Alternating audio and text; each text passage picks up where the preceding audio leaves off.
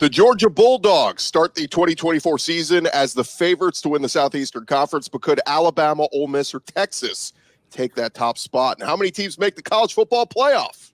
This is the 2024 Locked On College Football Season Preview, only on the Locked On Podcast Network, your team every day. And what is happening, everybody? Welcome into the 2024 Locked On College Football Season Preview, SEC edition, the best football conference in all of America. I'm Chris Gordy of Locked On SEC, and we will hear from several of our local experts throughout the best conference in college football. Before we discuss how many teams make the playoffs and who could surprise, we have to hear from the true contenders in the SEC, and that's where we welcome in our panel of Jonathan Davis, host of Locked On Longhorns, Daniel Monroe, host of Locked On Bulldogs, Stephen Willis, host of Locked On Ole Miss, and Jimmy Stein, host of Locked On Bama. Gentlemen, welcome in. Good to be first in pod. Y'all are the contenders. It feels good, right? Oh, yeah. Feels great. Well, let's start with the champs, or the predicted champs, Daniel. The Georgia Bulldogs getting 46 first-place votes in the AP poll that just came out this week. Everybody's kind of consensus. They were the pick to win the SEC at Media Days. They're the number one preseason team according to just about everybody. Let's start with the Bulldogs. Why can Georgia win it all this year? Yeah, I think it's interesting. It's probably two different conversations. Favorite to win the SEC or favorite to win the whole thing. I think Georgia's got a really talented team coming back, obviously led by Carson Beck and the offense. But the schedule is going to make it difficult, I think, to even get to the SEC championship game, much less win the SEC championship game based on how things shake out. I mean, Georgia plays on the road at all three of these guys this year. And so it's a tough road. And so does Georgia have maybe the most talented team in the SEC? I think so. Does Georgia have the best chance to win the SEC? I'm not really sure if that's true right now. Let's jump over to Jonathan, who the Longhorns, it's not Alabama as the second best odds in the SEC. It's the Texas Longhorns. Steve Sarkisian, they take that huge leap forward last year. They make the playoff, and now here they are. Quinn Ewers is back and plenty of other cast of characters. Why can the Texas Longhorns win it all this year? Well, I think you look at the roster, you talk about that offensive line that could win the Joe Moore Award. Quinn Ewers, a certified Heisman candidate coming into the season. We did lose two running backs, but we know Steve Sarkisian has had a 1,000-yard rusher every year since he was at Washington. He's going to figure that out. We're 6 deep at wide receiver, 3 deep at tight end. And then you're looking at a defense that I think is going to surprise a lot of people this year. You also look at the schedule, right? We have Georgia on October 19th. Those are the big dogs. That's going to be a tough game in DKR.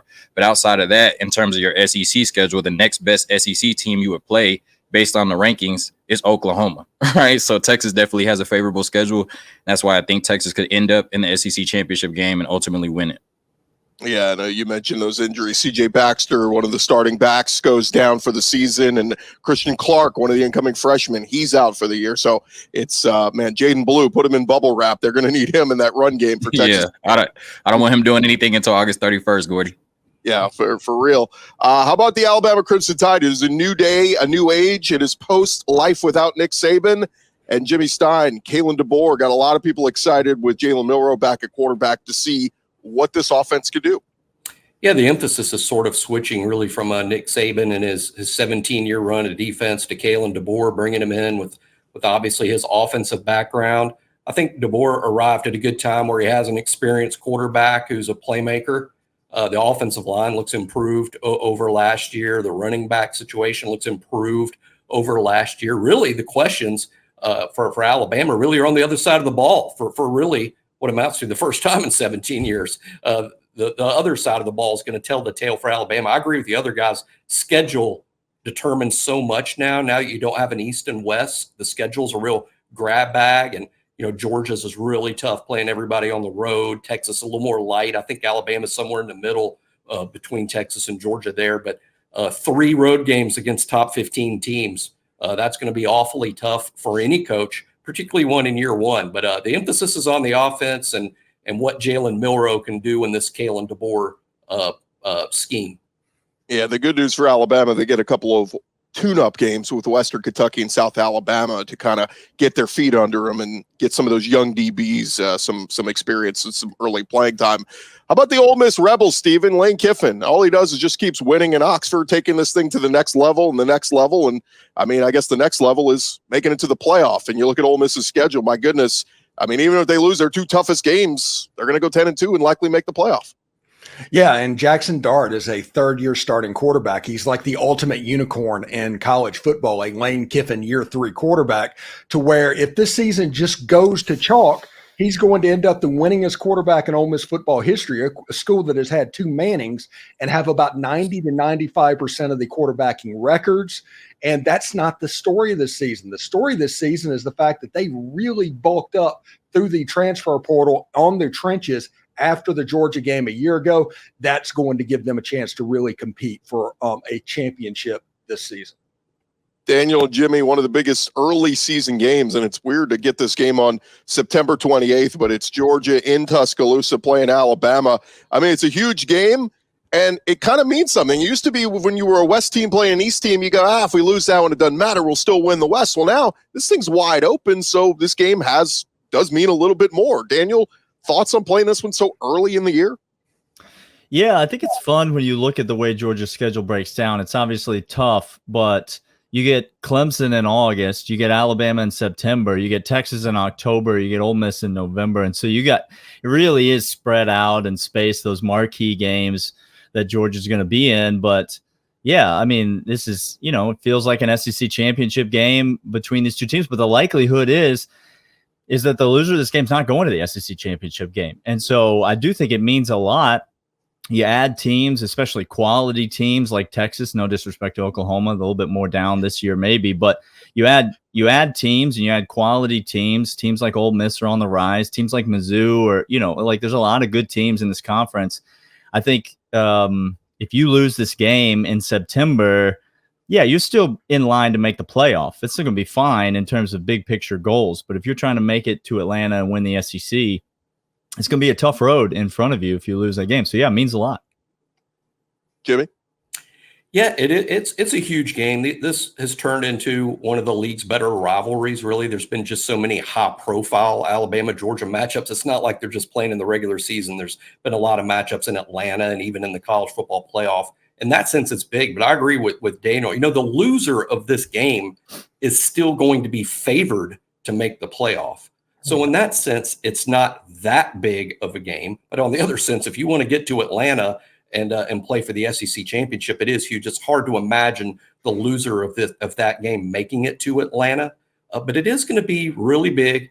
And Alabama will have it at home. Alabama's other tougher games, I think, are on the road. So it'll be interesting. It'll be a heck of a first night for Kalen DeBoer in the SEC. Yeah, the expanded playoff gives you a little room for error, but not a ton of room for error. You still got to win some of these big games. And Jonathan, when I look at Texas's schedule, there is no Ole Miss, there is no Alabama. They do get the luck of the draw, I think, with this schedule. We mentioned you will get Georgia at home, but that Oklahoma game, I mean, to me, still probably the biggest game on the schedule because they've kind of had your number here in recent years in that rivalry. Yeah, 2 out of the 3 years that Steve Sarkisian's been at the University of Texas, Oklahoma has won that game. I think when you look at it, they're replacing almost their whole offensive line, and then they're replacing Dylan Gabriel coming in with Jackson Arnold, who only has 1 career start. And in that start, he threw 3 interceptions. So, I do think, like Daniel said, that this Oklahoma team is down. But, when you look at it, I think the last 10 years, 8 out of the 10 games have been 1-score games. So anything can happen in the Cotton Bowl. Anything can happen in Red River. It's going to be a very interesting matchup. But the way it's gone, Texas lost, Texas won, Texas lost. So if you're going by that, it's our year to get a victory in Red River. It still feels weird to be talking Texas and Oklahoma here on our SEC show, but here we are. Get used to it, Gordy. Got to get in line. This is a new SEC. Stephen, you look at Ole Miss's schedule. What game or 2 concerns you most? The LSU game is probably the most important game on the schedule because obviously a Georgia game sitting out there. If Ole Miss gets to the Georgia game undefeated, that's going to be one of the biggest games of the season in the Southeastern Conference. But to get there, you have to get through LSU and Oklahoma. So those 2 games are very, very important. Oklahoma is an 11 o'clock in the morning game, which for a team that's experiencing the Grove for the first time to have an 11 o'clock in the morning kickoff, I kind of feel sorry about that. But those two games are probably the most important. The most likely traps on the schedule, though, is probably the Arkansas game and the South Carolina game, because South Carolina has this weird fetish about Juice Wells that I just don't understand. Well, he did come over from Columbia. He is now in Oxford. And by the way, that LSU game, Ole Miss has not won in Baton Rouge since 2008 when Houston Nutt was the head coach. So it's been a while. Lane's going to have to do something he has not done yet in his tenure in Oxford. All right, guys, I want to kind of open it up to the panel here. Give me a team in this group of Ole Miss, Texas, Bama, Georgia that you're kind of a little bit skeptical on. If I had to say, one of these teams is not like the other, give me one of these schools you think maybe doesn't belong in this conversation of getting ready to possibly run the table and win the SEC. Nobody wants to go first here. Yeah. Well, I'll say, Ole Miss, I think is a team that it would be fun if it was a year where Ole Miss was playing Texas and Ole Miss was playing Alabama and not just Georgia. I think Ole Miss is going to be really helped by the schedule. And I'm not sure that the other three are. So I think that's a team I'm not necessarily skeptical of. I'm pretty confident in predicting that Ole Miss will actually make the college football playoff, which is a big deal regardless of what your schedule is. I would just say that once Ole Miss gets to the playoff, let's see if they have the same chance of advancing as the other three. But really, I think all four of the teams that are featured in this segment are national top 10 teams this year. And there'll be great matchups if all these teams end up playing each other. But Ole Miss is the one where I'd say, are they as talented overall depth-wise as a Georgia, as a Texas, as an Alabama? That starting 22, though, looks really good. Yeah, if I'm going to, name a team, I think all of these teams are going to be really good. But if in terms of skepticism, I think it would have to be Alabama, right? When you replace Nick Saban, even with a coach that's won 90% of his games, you still don't know what to expect. I think Jalen Milroe was really good at times last year, but at times also left things to be desired. That offensive line, you're hoping they can take a huge leap. I remember the Texas game, they were not good at all, got better over the course of the season. And then, like Jimmy said, the defense, is a question mark, especially when you lose a phenom type talent, like Caleb Downs. So I expect Alabama to be really good, but in terms of all the teams on the panel, they have the less continuity coming in. And so, we have to see it. And continuity means a lot in college football. And it's a great point. It's a lot of people wondering if Kalen DeBoer can do it at this level. Look, they say, oh, he won all those games. Well, this ain't Sioux Falls, buddy. It's the SEC. You got to prove it here on the biggest stage. And Steven, you got a team in this group you think maybe might not be here come the end of the year? Yeah, I think it's going to be Alabama, and it's not because of the talent, because Nick Saban stacked that roster. There's 4 and 5 stars everywhere, but Ray Perkins just can't get out of my head whenever you're replacing a legend. And I think that there's going to be a little bit of a growing pain that happens, and that maybe they're a 9-3 team. I'm not saying they're going to be bad, but it's something to where, Georgia gets them, Oklahoma gets them, and it kind of snowballs a little bit. And I am curious to see how that fan base takes a 9-3 season. I am curious to see what that would look like. But that would be the one that I'm worried about. Although Texas is one running back injury away from officially being on that list. Yeah. Steven, I think we know how the Alabama fan base is going to take a 9-3 season. Like we all know what that fan base is going to do if it's a 9-3 campaign. Yeah, I think it's tough, Gordy. It's a tough question. You're just trying to get rival fan bases mad at us and messaging us on Twitter, which I appreciate. I can appreciate it for the content. I think if you look at Alabama, it is an unknown with, what's the new look team going to look like? Tavares Robinson comes over to Georgia, as another piece to that puzzle of the Nick Saban, era sort of being flushed out of Tuscaloosa. And so this is a lot of Kalen DeBoer's team with Nick Saban's players. And so how is that going to work? I think there's too much talent for the team to not be really good. And Kalen DeBoer's too good of a coach for the team to not be really good. But I do think there's some question. And then, Steven mentioned it in the open. For Ole Miss, it's all about the trenches. Ole Miss is the team we haven't seen do it, right? Of the other 3 teams, they've all been there. They've all been to the college football playoff. They've all played competitive games and been on that national stage and beaten teams and advanced. And Texas gets the win in Tuscaloosa last year, makes the playoff, and Georgia and Alabama, obviously, recent national championship and college football playoff appearances. And so Ole Miss is the team we haven't seen them do it. And, the Georgia game last year, 52-17, like non-competitive games against elite teams. He mentioned the trenches, bulking up in the transfer portal and the trenches. Like that to me will be the answer to that question will be the answer to the question, is Ole Miss here at the end of the year? Is that true? If that's true, then this team can be competitive in this group. If it's not true, then I think it's going to be a similar looking Ole Miss team to what we've seen in years past. And Gordy, if Ole Miss is able to compete this year, it is because of that whitewashing that they took down in Georgia a year ago and what they did to correct it. Yeah, what I love is that they went and they hit up the portal, but they got established SEC stars. It's not like they went and got, a D lineman from Indiana. And they got established guys who we know can play in this conference. Walter Nolan, Princely Amon-Mielen, Juice Wells. I mean, these are guys we know can play. And now it's all about the big C word, chemistry. And by the way, Stephen, the old running gag, it was never ask an Ole Miss fan directions to Atlanta. They don't know. They've never been there. But maybe this is the year. Maybe they finally get there and break through. So we shall see. By the way, I like that nobody picked Georgia. We're not going to expect a Carson Beck.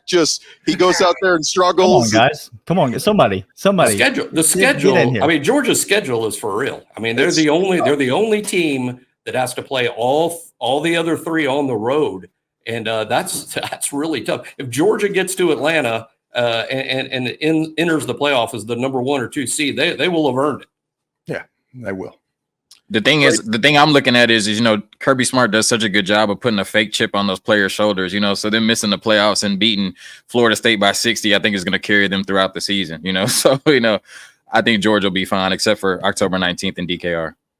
The worst case scenario for Georgia, honestly, if you think about the 1990 Michigan team that had Desmond Howard, that somehow went 9-3 that season, but they were by far the best team in the country, that is the worst case scenario for Georgia. Yeah, Stephen really breaking out the college football history book here, like really our resident historian, right? Yeah, our resident historian. I love it. I almost want to challenge one of you guys on your shows to do a prediction that Georgia will lose 4 games, just because it's going to wind up on a highlight reel later in the year for Georgia's social media team. So hey, message me on Twitter when you do that, so I can direct all my listeners to your show. You'll get a lot of downloads that day. I promise you, you'll do it. Daniel Monroe, host of Locked On Bulldogs, Jimmy Stein, Locked On Bama, Jonathan Davis, Locked On Longhorns, and Stephen Willis, Locked On Ole Miss. The contenders, guys, appreciate it. Coming up next here on our Locked On preview, we are going to take a look at some of the teams in the middle of the pack. There are a few teams that have a shot to make a run. Could it be the Tennessee Vols, the LSU Tigers, Mizzou? That's coming up next on the 2024 Locked On College Football Season Preview, SEC Edition. I want to remind you guys, today's episode brought to you by our friends over at Gametime. And look, Gametime has a new feature called Gametime Picks on their app that makes getting tickets for your favorite live events even easier. Gametime Picks filters out all the fluff to show you only incredible deals on the great seats, so you don't have to waste time searching through thousands of tickets. It is awesome in the Gametime app. Go check it out. They've got the all-in pricing. That's my favorite feature. You toggle that. It shows you your total up front with no surprise fees at checkout. Of course, seat views is an awesome feature. You get a panoramic view from your seat in the app before you buy, so you know exactly what the view from your seat is going to look like. Of course, they got the lowest price guarantee. Gametime will credit you 110% of the difference if there is a difference in the price. And of course, the Gametime ticket coverage, your purchase is covered with the most flexible customer service policy in the ticketing industry. Go take the guesswork out of buying tickets with the Gametime app. Download Gametime today, create an account, use our code LOCKEDONCollege. If you've never used them before, it's going to get you $20 off your first purchase. Terms apply. Again, create an account, redeem our code LOCKEDONCollege, get $20 off. Download Gametime today. It is last-minute tickets, lowest price guaranteed. Today's episode also brought to you by our friends over at FanDuel. And look, all throughout this summer, FanDuel has been hooking up all customers with a booster bonus daily. That's right. There's been something for everybody up there every day, all summer long. All you got to do is head to FanDuel.com and start making the most out of the end of your summer and then the start of college football season. It's upon us. All those week 1 lines, they're up there right now. You want to get in on some of the action? You like LSU minus the 6.5 against USC? You can get in on that. They got that right there. Maybe some of the heavy favorites. If you like Texas to cover a big number against Colorado State. They got that for you over at FanDuel. Hey, maybe you feel a little bit gutsy. You think Texas A&M can cover that 1.5 at home against Notre Dame in week 1. They got it there at FanDuel. All you got to do is go to FanDuel.com, start checking out all the action again. If you've never signed up before, take advantage, download the app, get signed up just in time for football season. And of course, FanDuel, they're also the official sports betting partner of Major League Baseball. Our 2024 Locked On College Football Season Preview SEC edition continues on here as we get to the next crop of teams in the SEC. And we welcome in Andrew Stefaniak, host of Locked On Aggies, John Miller, host of Locked On Mizzou, Eric Kane, Locked On Vols, Matt Moscona, host of Locked On LSU, and Jay Smith, host of Locked On Sooners. Gentlemen, welcome in, and we're making a case for your team. We'll start with you, Andrew. The Aggies, man, have they come light years from the doldrums of Jimbo Fisher and the buyout to now all of a sudden a preseason top 20 team. Give me a thought on the Texas A&M Aggies and what to expect heading into 2024. You got a healthy Connor Wegman for the start of this season, a quarterback who many in college football aren't talking enough about. You've really fixed the issues you had last year in the secondary. Coach Elko nails it in the transfer portal. Texas A&M is a football team that a lot of people are writing off, but as Geno Smith said, they aren't writing back. This is an underrated football team that I really think could win more football games than many expect. Yeah, big loss with losing Ruben Owens just recently, but of course they still got Amari Daniels and Le'Veon Moss in that backfield. And you mentioned Connor Wegman, the quarterback, and to see if he could take his game to the next level this year. John Miller, Missouri, man, what a year they had last year. Last time we saw them, they're beating Ohio State in the Cotton Bowl, and yet still they can't get into the preseason top 10, just outside the top 10, outside looking in. But that might be just what Eli Drinkwitz wants with this team, saying, hey, don't hype us. We'll start at 11 and we'll work our way into the top 10. Yeah, it seems like the consensus is Missouri's right there in terms of being a contender for the playoff, but nobody really has the guts to put them in there. Well, I have the guts to put Missouri in there because I think with the lion's share of that offense back from a really good team last year, really the question mark is 5 guys drafted on defense this past spring, a new defensive coordinator. What does that side of the ball look like? That's the question to me, but I think the Tigers truly are a college football playoff contender without a doubt. Eric Kane, I know he spent much of this offseason rehearsing pronouncing Iamaleava. Give me the thought on Nico and the Vols in Josh Heupel's third year there in Knoxville. Now, I learned that name in 2022. I mean, my point is the anticipation has been there for years, and finally it's Nico time in Tennessee. So, I mean, that's where it starts, that's where it ends. I think Nico's got some playmaking ability, that rivals some of the best quarterbacks in the country. If he all puts it together, the way Tennessee's coaches and some of the talent evaluators and the recruiting industry believe that he can, well, Nico's going to be one of the best quarterbacks in the country. But not just Nico, he's got playmakers at wide receiver, super, super deep there. In my opinion, the best defensive line in the SEC, one of the best defensive line, deepest defensive line in the country, no doubt, and the best pass rusher in the country with James Pierce. I mean, Tennessee's a very veteran-led team. You got a good quarterback in there, and I think it can click this year for Josh Heupel, and Tennessee should be the real deal. Matt Moscona over at LSU, Brian Kelly, man, year 3 at Cincinnati, a monster year. Year 3 at Notre Dame, a monster year. Here he is, year 3 at LSU. Is this the year the Tigers break through and make the playoff under Brian Kelly? Well, I know that's the hope, and Brian Kelly's been big on by year 3. He's got his systems, his culture all implemented. I don't know if this is the year. I don't think, as silly as it sounds, you lose Jaden and 2 first-round picks at receiver. They've got tons of talent on offense. But they were historically bad on defense a year ago. I mean, they've been playing football since 1893. That was statistically the worst defense ever. So they'll be better, but how much better is the question to fill that gap. And a schedule filled with landmines, it's possible. Vegas has their over under 9.5. On the high side of that, they get to 10-2. They could get in, but that'll be a heavy lift if they get there.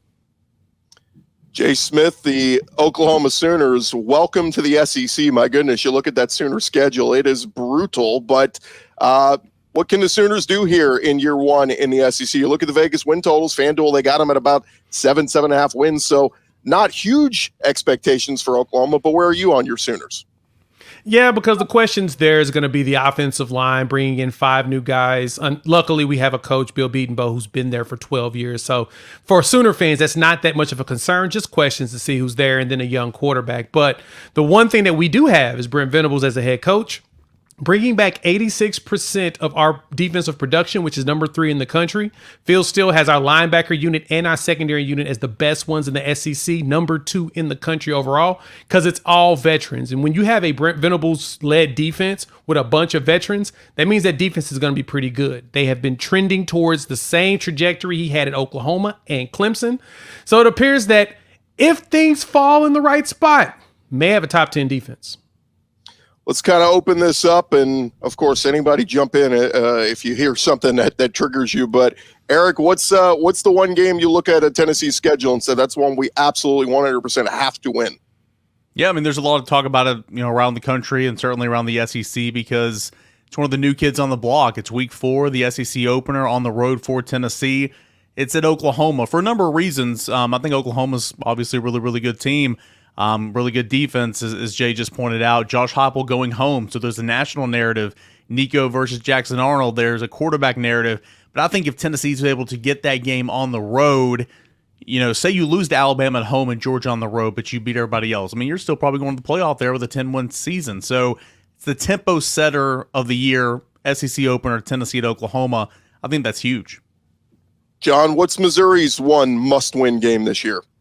It depends on what day you've asked me. People have asked me that question. I've said Oklahoma before. As of right now, at this moment, I'm saying Texas A&M. That's the opener. And frankly, Andrew has made me a little more scared of the Aggies with his opener there. But I really think Mike Elko is going to be a good coach for the Aggies. I do think, though, that you need to get him in year 1. It's going to be the Tigers' second SEC game, first one on the road. I think we need it if we're going to make the playoff. Andrew, what's the Aggies must win? They've beaten LSU the last 2 times at College Station. They could do it again. What's the biggest game for you? To me, it is one of those two. It's either LSU or Missouri. I look at this Missouri team and I go, okay, both of those teams are coming to Kyle Field. What am I more scared of? A guy in Nussmeier who I really like, but he hasn't proven it yet fully.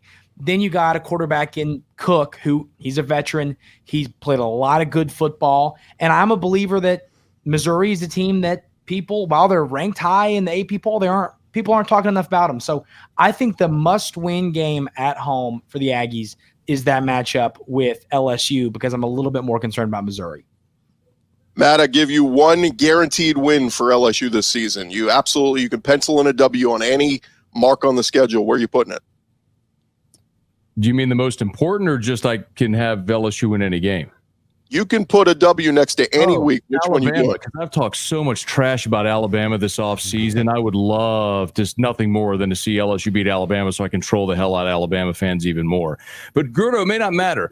Andrew thinks the Aggies, despite being 20th and winning, 5 games last year, underrated. John thinks that Missouri lost 5 defenders, but they're still going to, and they're DC, they're going to be great. Apparently, Tennessee's got the 85 Bears on defense, and Oklahoma's got a top 10 defense. And that's not including Georgia, Texas, Ole Miss. I mean, LSU shouldn't even show up, man. Apparently the SEC is the deepest it's ever been, and everybody's going to the playoff. I love it. By the way, the Aggies won 7 last year, so give them a little bit of credit. Oh, damn. It's a good season at Kyle Field. Yeah, 7 wins. Huge. Way to go, Jimbo. Yeah, it was an interim coach. John, what's the biggest concern for Missouri if you had to pinpoint one issue on your team that keeps you up at night? Yeah, I mean, it's just the defense in general. There's some question marks there just in terms of new faces and all that good stuff. Of course, hey, as Matt well knows, y'all stole our defensive coordinator. Congratulations. You have Blake Baker now. So we're going to have to see what happens there. I feel pretty good about what Missouri has here, but it's totally fair to make that a question mark. Offensively, I think Missouri's going to be one of the elite teams in the country. Defensively, just based on what I've heard on fall camp, I like what I've seen. If I'm on the outside looking in, totally fair to question it. Jay, what's the biggest concern for the Sooners? For us, honestly, it's going to be the tight end room. We haven't really had a tight end play very well since like Ren Willis did 2 years ago. Last season, it was pretty bad with Austin Stogner. As much as I loved him, he was a shell of himself. And so for us, especially in the Seth Luttrell offense, he needs to have some tight end play that's going to be good. Now, bringing in some transfers, cool. But until I see them on the field, I got questions. I think that's probably one of the bigger concerns for me this season. Eric, what keeps you up at night with the Vols? Secondary, brand new starting five back there in the defensive secondary. A lot of key depth pieces, a lot of experience has left the Tennessee defense. But as Matt pointed out, 85 Bears up front might not be as talented, but probably deeper than that unit. Best cornerback on Tennessee's roster is number 29, James Pierce. So I think that defensive secondary is going to be okay. Yeah, and by the way, the Vols, they lose Jordan Thomas, their star player for the season, but Boo Carter, straight out of a novel, hopefully stepping in as a true freshman. Andrew, what's the biggest concern for the Aggies? It's a bad problem to have, and I wake up every day screaming, worried about the offensive line. It's a unit that they could be good, but if they're not, what could be an elite offense won't be all that great. So Coach Adam Cushing, who came with Coach Elko from Duke, has got to get this unit looking good, because if it doesn't, it could really waste a good unit and a great quarterback. Last round of questions here. Throw it over to Matt. Matt, I gave you $100 on FanDuel. You can put it on any of these teams. Can't be LSU, but it could be the Aggies, Mizzou, Oklahoma, or the Vols to make the playoff this year. If you had to bet money on one of these other teams, who are you putting the money on? Probably Mizzou because of the schedule. I always look at who has the fewest questions against the most manageable schedule. And I think Mizzou and Tennessee both got a great draw, and I wouldn't be surprised if either of them ended up in the playoff this year. John, say something nice about one of the other schools here. Well, I'm going to go back to I'm going to go to Jay Smith here, and the thing is with Locked On Sooners, there's been a lot of conflict between Missouri and Oklahoma fans this offseason. So I want to throw an olive branch here and just say that I'm very much looking forward to the return of that rivalry. Jay, can I just throw a question to you? Dylan Gabriel, he transfers to Oregon. How are we feeling about the quarterback spot? Oh, I'm loving it. There's a reason why Dylan Gabriel left, right? It wasn't because that he wanted to. It's more so because he knew that Jackson Arnold was the next thing. And so he was recruited in to be the guy. And we saw some flashes against Arizona. He looked like a true freshman, and he looked like a veteran at the same time. So for me, I'm pretty excited about the way he's going to look this coming season. Andrew, you got something nice to say about one of the other teams on here? I've already done it a little bit, but yeah, I'm a believer that this Missouri team is better. I think there's two sides of this argument in the SEC. There's the people that go, they're a one-hit wonder, they're the Macarena, or then you've got the people that are going, okay, Missouri's the real deal. Coach Drink has them looking good. And I think it's a football team that is going to make the playoff. And after that, people are going to go, okay, Missouri's here to stay. The thing, can I just hop on that? I think it's totally fair for national people to be like, hey, what's the deal with Missouri in the future? I think for this season, if you just objectively look at the amount of returning production the Tigers have offensively, the quarterback, the receivers, the line looks pretty solid. Question the defense all you want. You'd rather have a good offense than a good defense in a vacuum. So that's why the Tigers should be pretty good this season. If you want to say, hey, can they follow it up in the future? Fair question. Eric, you like one of these other teams to make the playoff? Yeah, I mean, of the teams on this panel, I hate to fall in line here. I guess I would go with Missouri, and I don't think I would have said this, obviously, a year ago after last year. But because what John just said, the production you bring back, and we're talking quarterbacks here, and a lot of our teams, with that we cover, quarterbacks got to go out and prove it. I mean, Brady Cook's gone out and proved it. Luther Burden at receiver, it's going to be a top 5 pick in the NFL draft. Offensive line, so on and so forth. So I would probably say Missouri because of the schedule, as Matt pointed out, and of course the production you bring back offensively and defensively. Eli Drinkowitz, 5-5, 6-7, 6-7. He goes 11-2 once, and now we're all in. It's all in, baby. It's all good from here on out. I have no questions. Happy to hear that. We will see, guys. Thanks for joining us, and now we're going to head over to the doldrums of the SEC, the bottom feeders. Which other teams are looking to make something happen in 2024? Can Billy Napier survive the toughest schedule in the country? Who wins the SEC? That's coming up next. First, this episode presented to you by our friends over at Ibotta. Look, summertime is coming to an end, but that means we're about to hit football season, and you're going to be firing up that grill. Stock up on all your grilling favorites and earn cash back on every purchase when you use Ibotta, so you won't have to choose between burgers or hot dogs. You can get both. Ibotta, it's a free app that lets you earn cash back every time you shop. Earn on hundreds of items from groceries to beauty supplies, even toys, so you can make sure you're beating inflation no matter what you're purchasing. The average Ibotta user earns $256 per year. That could cover the cost of an entire shopping trip, that flight you've been looking at, the fancy dinner you've been thinking about.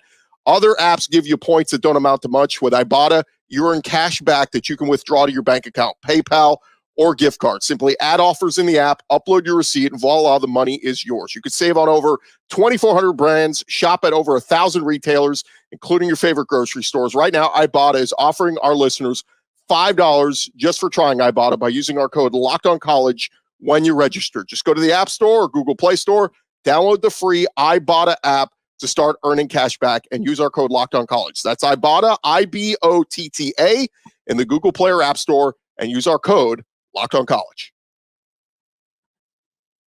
We continue on with our 2024 Locked On College football season preview. It is SEC edition, and we were teasing about the bottom feeders. We got a big portion of the league still to discuss in this group.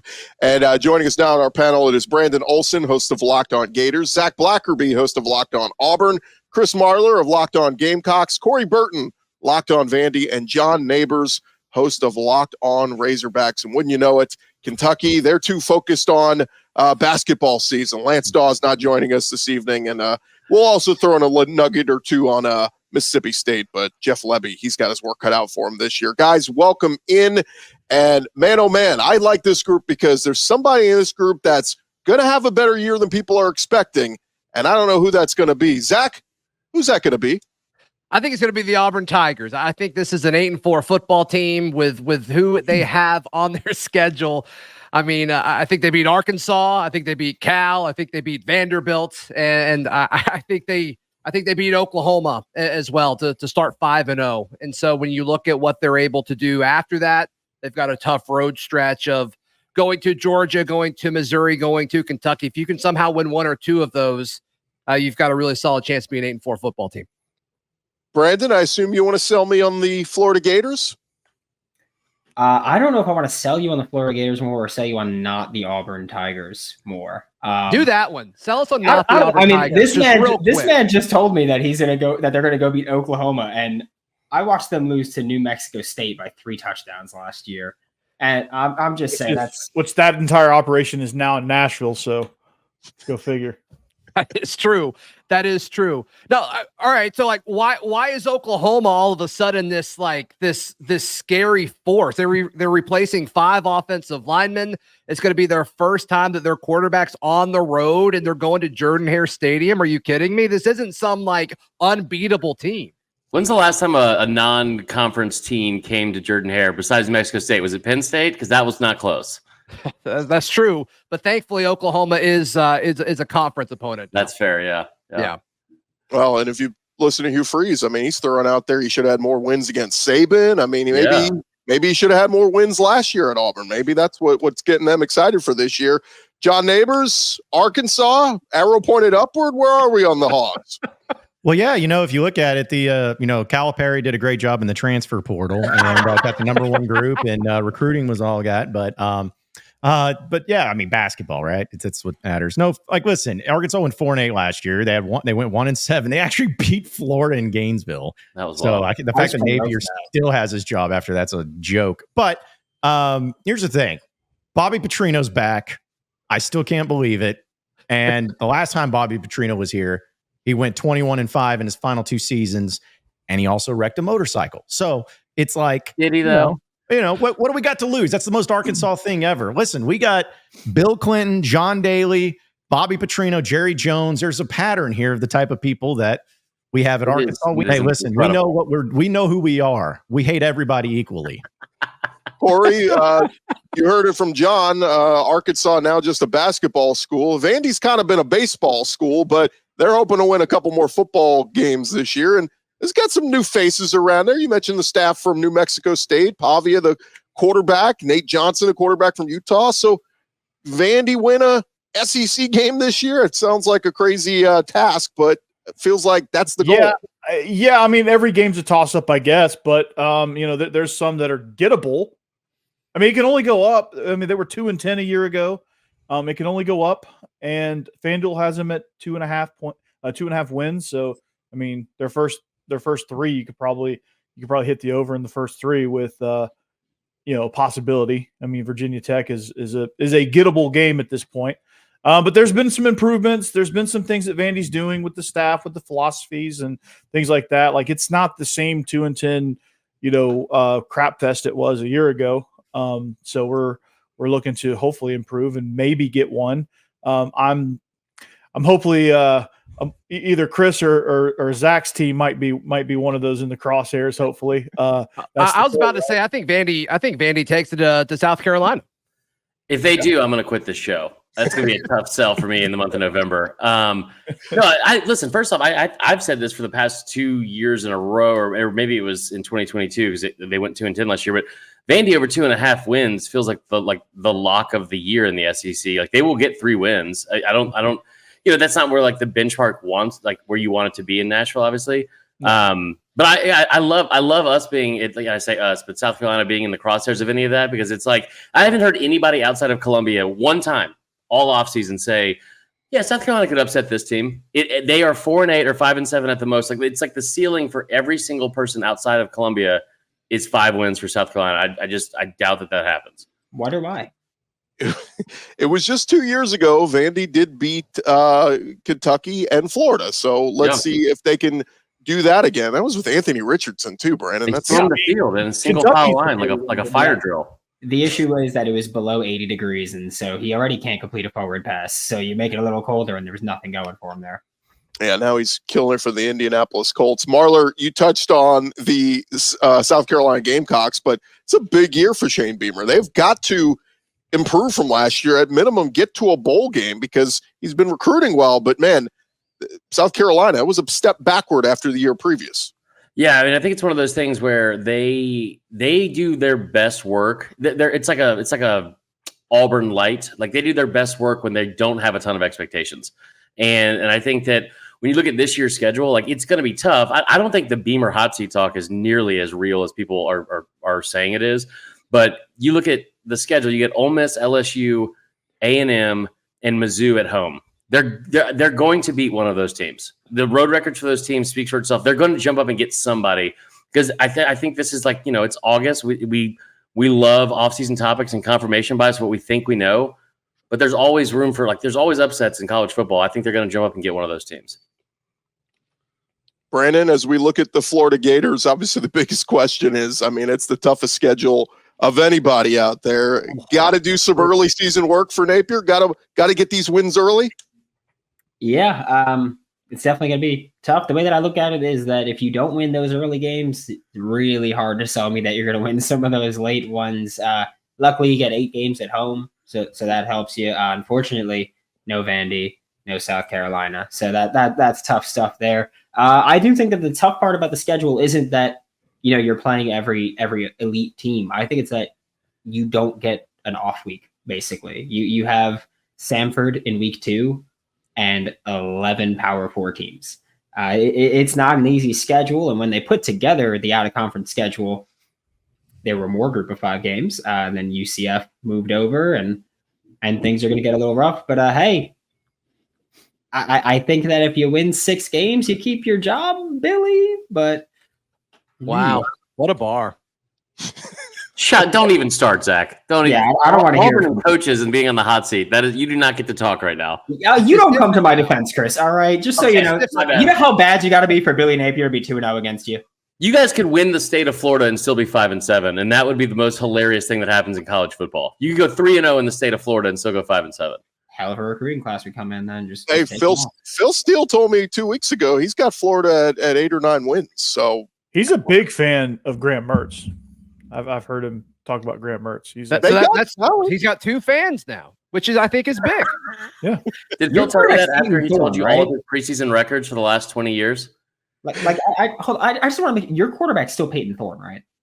It is. Ooh. And I Okay, bet more Peyton opinions. Thorne throws for more this year than Graham Mertz does. I'll take that bet. Okay. We'll talk off air. We'll figure something out. Okay. He'll take it. I can't take that bet because we're going to run the ball so much when we go 12-0. Why didn't you tell me that before I said that, Brandon? Never mind, Zach. We're going to get to SEC predictions here in just a second, but let me go to John Neighbors. I like doing this segment. We did it last one. John, say something nice about one of the other teams on this panel. No.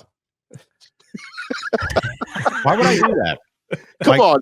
You got to like Auburn or the Gators or the Gamecocks. You got to like one of these groups to Yeah, something yeah, nice I like from this draw. group. This group of teams is the ones that were in the third class on the Titanic. We had the best time. We were dancing around with Irish music and getting drunk off beer. Yeah, that's about as cool as it is. Like we're out here. Everyone else is in the champagne room, and we're down here just trying to get scraps and everything we can.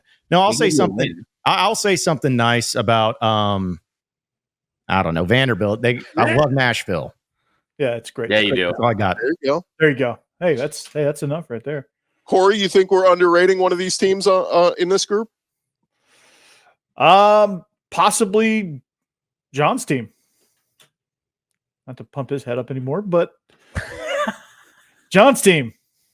I think Taylon Green at quarterback. Taylon Green's going to be a special quarterback there. So I really like the way he plays, and Sam Pittman is going to get a second chance here. I think. I hope so. I don't know how you feel about. I don't know how you guys in Arkansas land feel about Sam Pittman, but I mean, it's like they love him if he wins. But I mean, I just think it's weird having a coach that everyone kind of likes. I don't know. I don't like it.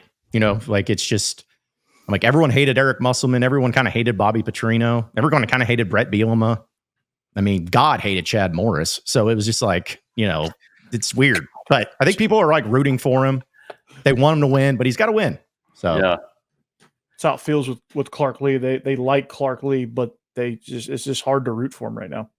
Billy Napier, nice guy, but Florida fans are like, you got to win now, Billy. All right, let's start here, guys. Give me your predictions. Who wins the SEC? Give me the two teams that play for the championship and who wins it. Brandon, we'll start with you. I get to say my nice thing. Arkansas, Vandy, South Carolina. You're not Auburn. Good job, buddy. Proud of all of you there. It's the best thing I could say about anybody. I'll take it. I feel like we probably see Georgia, and it's just the worst. I feel like we probably see Georgia, Bama. I feel like that's going to be the combo, and I'm picking Bama because I refuse to pick Georgia. That's where I stand on it. Wow. Kalen DeBoer gets it done in year one. Zach, who's in Atlanta? Yeah, my SEC Media Days pick was Georgia over Bama. So, wow. Yeah. Chris Marler? Listen, I don't know how DeBoer is going to possibly compete without getting any in-state recruits. So, you know, the future of the program is just falling by the wayside immediately in front of us. I will say, I think it's going to be Georgia, Texas, just because of the way the schedule's set up. I wouldn't be surprised if a Mizzou or Tennessee even slips in there at 10-2. But I do think Georgia's the most talented team in the conference. I think Texas is the easiest route, though. So, you know, I think those two teams get in there, and I think that Georgia is probably going to win. Corey, who you got? I think it's going to be Georgia over Texas. I agree with Chris on that one. I think the dark horse to watch out for is the Fighting Stephen Willis's. I mean, Ole Miss.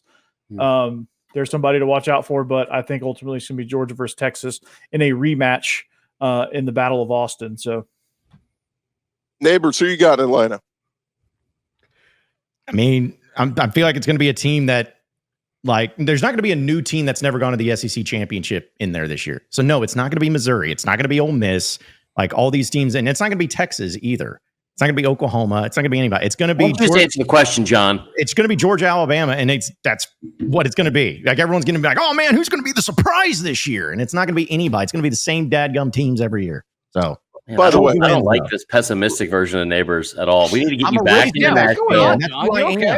What's going on? Yeah, I'll tell you what's going on. Like, Arkansas doesn't have a true rival in any sport. We have to hate everybody equally. So here we are. Like, I just hate everybody. I hate everything.